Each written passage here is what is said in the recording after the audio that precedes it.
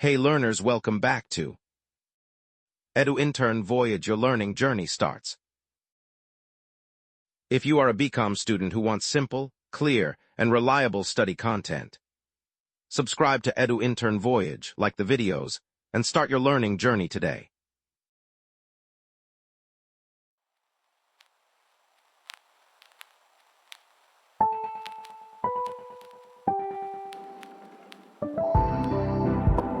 Question. Explain the international trade and factor mobility theory. What are its assumptions and criticisms? Answer. Introduction. The factor mobility theory explains how the movement of factors of production, such as labor, capital, and technology, between countries affects international trade and the distribution of income. According to this theory, international trade and factor mobility are substitutes. If goods can move freely between nations, factors, like labor and capital, do not need to move, and vice versa. Meaning of factor mobility. Factor mobility refers to the ability of factors of production, labor, capital, land, enterprise, to move from one country to another or between industries. There are two types of mobility. Internal mobility, movement within a country. International mobility, movement across national borders. Explanation of the theory. The theory states that when factors are immobile internationally, countries trade goods instead of moving resources. A labor-abundant country exports labor-intensive goods. A capital-abundant country exports capital-intensive goods. Thus, trade acts as a substitute for factor movement. However, when factors, like capital or labor, move freely across borders, investment flows to countries with higher returns. Labor moves to countries with higher wages. This mobility helps equalize factor prices, wages, returns on capital, globally, leading to efficient resource allocation. Assumptions. There are two countries, two commodities, and two factors, labor and capital. Perfect competition exists in both product and factor markets. Full employment in both countries. Factors are mobile within a country but immobile internationally, in traditional trade models. No transport or transaction costs. Identical technology in both nations. Constant returns to scale. Free trade, no tariffs or restrictions. Criticisms, limitations. Unrealistic assumptions, perfect competition, identical technology, and full employment rarely exist in reality. Limited factor mobility. In practice, labor is less mobile due to immigration laws, culture, and language barriers. Capital movement is unequal. Developed countries export more capital than developing ones, causing economic imbalances. Ignores political and social factors. Migration policies, nationalism, and cultural differences affect factor movements. Assumes equal returns. In reality, wage and interest rate differences persist even with trade. Static theory does not consider technological changes or dynamic economic growth. Incomplete explanation. Modern trade is also influenced by multinational corporations, FDI, and technology transfer, which the theory does not fully explain. Conclusion. The factor mobility theory provides a bridge between international trade and factor movements, showing how both contribute to global efficiency and income distribution. Although it simplifies complex global realities, the theory highlights that trade and factor mobility are alternative ways to achieve economic integration. In modern times, with FDI, global labor migration, and technology flows, factor mobility has become a key driver of international economic relations. Question. Explain the Leontief paradox. What are its assumptions and criticisms? Meaning definition. The Leontief paradox refers to the empirical finding that the pattern of US exports was opposite to what the HO theory predicted. A capital-abundant country exporting labor-intensive goods and importing capital-intensive goods. Assumptions in Leontief's study. Only two factors of production, capital and labor. Trade is between two countries, USA versus the rest of the world. Full employment exists in the US economy. Labor and capital are homogeneous within the country. Constant technology during the study period. Factor intensity of goods can be accurately measured in terms of capital and labor input. Explanation. Empirical findings. Leontief used input-output tables to calculate the capital-labor ratio of US exports and imports. Findings: US exports less capital-intensive, labor-intensive. US imports more capital-intensive.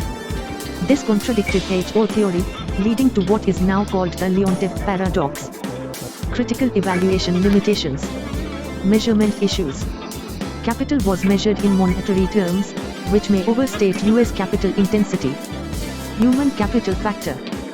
US labor was highly skilled, effectively making labor more productive. HO theory does not differentiate between skilled and unskilled labor. Technology differences.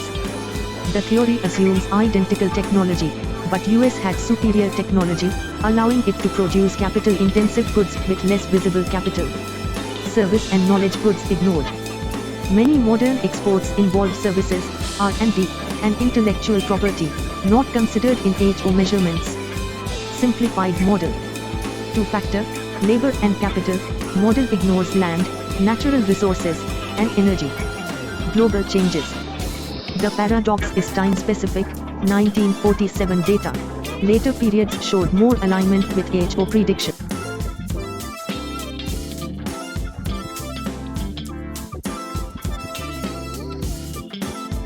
Question. Explain the Heckscher-Ohlin theory of international trade.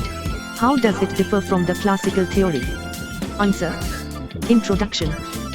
The Heckscher-Ohlin theory, also known as the modern theory of international trade, was developed by Elie Heckscher and Bertil Ohlin, two Swedish economists. This theory is a modern extension of comparative advantage, focusing on factor endowments, availability of resources, rather than labor productivity as the basis for trade. Meaning basic idea. The HO theory states that a country will export those goods which use its abundant and cheap factors of production intensively, and import those goods which use its scarce and expensive factors intensively. In short, differences in factor endowments, like labor, land, and capital, between countries determine trade patterns. Assumptions. Two countries, two commodities, and two factors, labor and capital. Both countries use the same technology.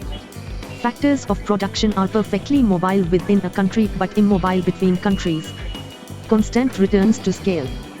Free trade, no tariffs or restrictions. Perfect competition in product and factor markets. Full employment in both countries. Different factor endowments, one is capital abundant, another is labor abundant. Explanation. A capital-abundant country, e.g., the USA, will produce and export capital-intensive goods, like machinery. A labor-abundant country, e.g., India, will produce and export labor-intensive goods, like textiles. Thus, each country specializes in goods that make intensive use of its abundant resources, leading to efficient global production and mutual gains from trade. Example. If India has more labor and less capital, and the USA has more capital and less labor, India exports textiles, labor-intensive. USA exports machines, capital-intensive. Both countries benefit by trading based on their factor endowments. Criticisms. Limitations. Unrealistic assumptions like identical technology and constant returns. Leontief paradox.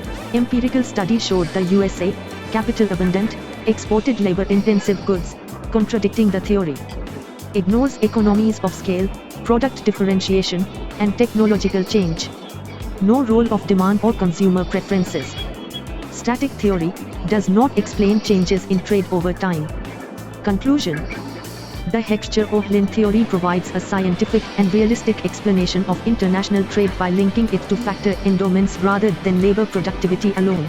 Although some real-world exceptions exist, it remains one of the most influential modern trade theories, forming the foundation for later developments in international economics. Question. Discuss the strengths and weaknesses of the Heckscher-Ohlin (HO) theory of international trade. Strengths. Merits of the HO theory. Scientific and systematic. The theory provides a more scientific basis for trade than classical theories by using mathematical models and logical reasoning. Considers multiple factors. Unlike Ricardo's theory, which considered only labor, the HO theory includes both labor and capital, making it more realistic. Explains poise of comparative advantage. It identifies factor endowment differences as the real poise of trade, giving a clear reason for cost differences between countries. Applies to real economies. It can explain trade between developed and developing countries, based on their resource availability.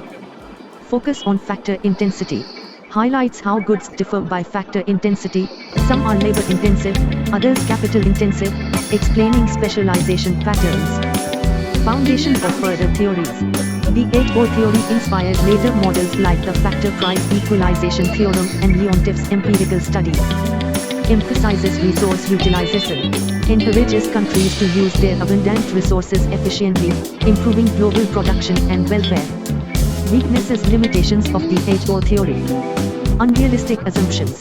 Assumes identical technology, perfect competition, constant returns, and free trade, which are not realistic in the modern world. Leontief paradox. Empirical test by Wassily Leontief, 1953, found that the US, capital abundant, exported labor-intensive goods, contradicting the theory. Ignores technological differences. The theory assumes same technology in all countries, but in reality, technological innovation drives modern trade. Neglects economies of scale and product differentiation. Many modern trades occur due to scale economies and brand variation, not resource differences. No role for demand and preferences. The theory focuses only on supply side resources, ignoring consumer demand patterns and tastes. Static in nature. It does not consider changes in factor endowments, technology, or trade patterns over time. Limited scope. More applicable to goods trade, less to services, digital trade, or technology-based exports in today's economy. Conclusion. The Hecht-Cherbourg-Lin theory remains a cornerstone of modern trade theory, as it explains the resource-based pattern of international trade. However, its assumptions limit its real-world applicability in today's era of globalization, technology, and capital mobility. Despite its weaknesses, it provides a solid foundation for understanding trade dynamics and has inspired more advanced theories in international economy.